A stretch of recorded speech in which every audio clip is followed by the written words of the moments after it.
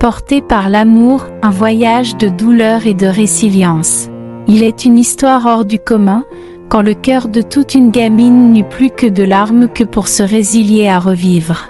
J'allais célébrer mes 5 ans quand un événement dramatique arriva, dit Edwy. Au lieu de demander de l'aide à maman qui était dehors, j'allais chercher une chaise. La veille, papa l'avait retirée du salon parce qu'elle était défectueuse. Alors que d'une main j'avais réussi à donner une poussée au panier pour le déroger de son perchoir, un des pieds de la chaise du bas s'affaissa. La chaise s'écroula. Finalement, le panier et la marmite de la sauce graine finirent cascade sur mon corps, gisant, à même le sol. Au début, les bandages blancs dont on nous enrobait m'effrayaient. La compagnie de ses amis me fortifia chaque jour davantage et m'aida à m'accepter telle que j'étais devenue dans cette salle. Après cette étape, j'étais inconsciente pendant de nombreux jours.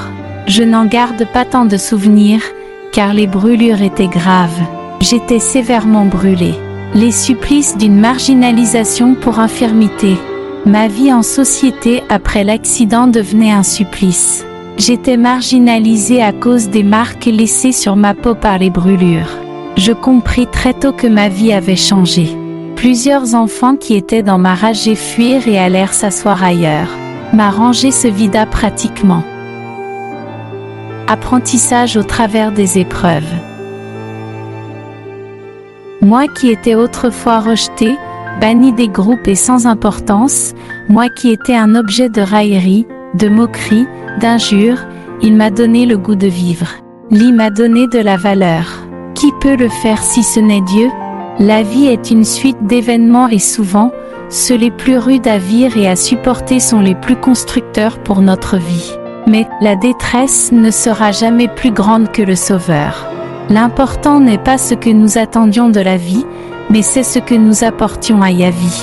Au lieu de se demander si la vie avait un sens, il faut plutôt se remémorer que c'est à nous de lui donner un sens chaque heure et à chaque jour que Dieu nous renouvelle son souffle de vie.